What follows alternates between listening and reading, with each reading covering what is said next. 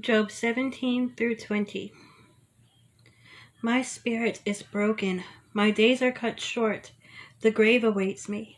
Surely mockers surround me. My eyes must dwell on their hostility.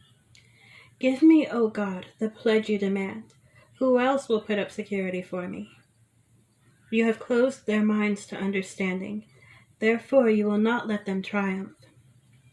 If anyone denounces their friends for a reward, the eyes of their children will fail. God has made me a byword to everyone, a man in whose face people spit. My eyes have grown dim with grief. My whole frame is but a shadow. The upright are appalled at this. The innocent are aroused against the ungodly. Nevertheless, the righteous will hold to their ways, and those with clean hands will grow stronger. But come on, all of you, try again. I will not find a wise man among you. My days have passed. My plans are shattered, yet the desires of my heart turn night into day. In the face of the darkness, light is near. If the only home I hope for is the grave, if I spread out my bed in the realm of darkness, if I say to corruption, you are my father, and to the worm, my mother or my sister, where then is my hope? Who can see any hope for me? Will it go down to the gates of death? Will we descend together into the dust? Chapter 18. Then Bildad the Shuhite replied, when will you end these speeches? Be sensible, and then we can talk. Why are we regarded as cattle and considered stupid in your sight? You who tear yourself to pieces in your anger, is the earth to be abandoned for your sake, or must the rocks be moved from their place? The lamp of a wicked man is snuffed out. The flame of his fire stops burning. The light in his tent becomes dark. The lamp beside him goes out. The vigor of his step is weakened. His own schemes throw him down. His feet thrust him into a net. He wanders into its mesh. A trap seizes him by the heel. A snare holds him fast. A noose is hidden for him on the ground. A trap lies in his path. Terrors startle him on every side and dog his every step. Calamity is hungry for him.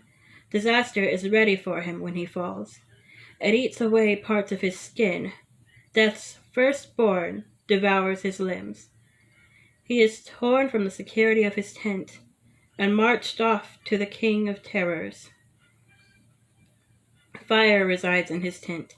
Burning sulfur is scattered over his dwelling. His roots dry up below, and his branches wither above. The memory of him perishes from the earth. He has no name in the land. He is driven from light into the realm of darkness, and is banished from the world.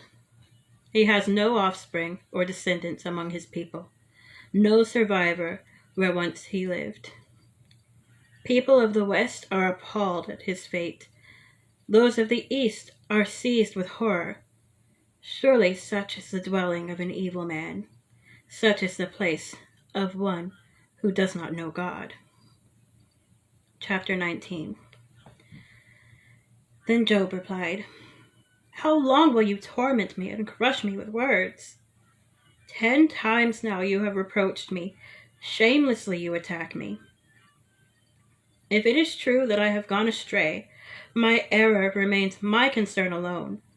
If indeed you would exalt yourselves above me and use my humiliation against me, then know that God has wronged me and drawn his net around me. Though I cry violence, I get no response. Though I call for help, there is no justice.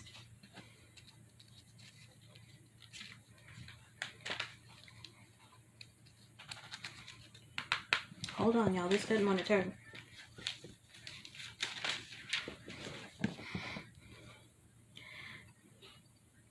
He has blocked my way, so I cannot pass. He has shrouded my paths in darkness. He has stripped me of my honor and removed the crown from my head. He tears me down on every side till I am gone. He uproots my hope like a tree. His anger burns against me. He counts me among his enemies. His troops advance in force. They build a siege ramp against me and encamp around my tent. He has alienated my family from me. My acquaintances are completely estranged from me. My relatives have gone away. My closest friends have forgotten me. My guests and my female servants count me a foreigner. They look on me as a stranger. I summon my servant, but he does not answer, though I beg him with my own mouth. My breath is offensive to my wife. I am loathsome to my own family. Even the little boys scorn me. When I appear, they ridicule me. All my intimate friends detest me. Those I love have turned against me. I am nothing but skin and bones. I have escaped only by the skin of my teeth. Have pity on me, my friends. Have pity, for the hand of God has struck me. Why do you pursue me as God does? Will you never get enough of my flesh? Oh, that my words were recorded, that they were written on a scroll, that they were inscribed with an iron tool on lead, or engraved in rock forever. I know that my Redeemer lives, and that in the end he will stand on the earth. And after my skin has been destroyed, yet in my flesh I will see God. I myself will see him with my own eyes. I, and not another. How my heart yearns within me. If you say, how will we hound him, since the root of the trouble lies in him? You should fear the sword yourselves, for wrath will bring punishment by the sword. And then you will know that there is judgment. Chapter 20. Then Zophar, the Naamathite, replied, my troubled thoughts prompt me to answer, because I am greatly disturbed. I hear a rebuke that dishonors me, and my understanding inspires me to reply. Surely you know how it has been from of old, ever since mankind was placed on the earth, that the mirth of the wicked is brief, the joy of the godless lasts but a moment. Though the pride of the godless person reaches to the heavens, and his head touches the clouds, he will perish forever, like his own dung. Those who have seen him will say, where is he? Like a dream he flies away, no more to be found, banished like a vision of the night. The eye that saw him will not see him again. His place will look on him no more. His children must make amends to the poor. His own hands must give back his wealth. The youthful vigor that fills his bones will lie with him in the dust. Though evil is sweet in his mouth, and he hides it under his tongue, though he cannot bear to let it go, and lets it linger in his mouth, yet his food will turn sour in his stomach. It will become the venom of serpents within him. He will spit out the riches he swallowed. God will make his stomach vomit them up. He will suck the poison of serpents. The fangs of an adder will kill him. He will not enjoy the streams, the rivers flowing with honey and cream. What he toiled for, he must give back uneaten. He will not enjoy the profit from his trading, for he has oppressed the poor and left them destitute. He has seized houses he did not build. Surely he will have no respite from his craving.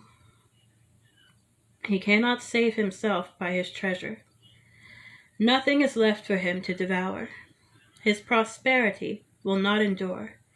In the midst of his plenty, distress will overtake him. The full force of misery will come upon him. When he has filled his belly, God will vent his burning anger against him and rain down his blows on him.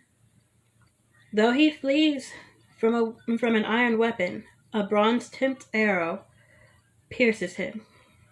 He pulls it out of his back, the gleaming point out of his liver. Terrors will come over him. Total darkness lies in wait for his treasures. A fire, unfanned, will consume him and devour what is left in his tent.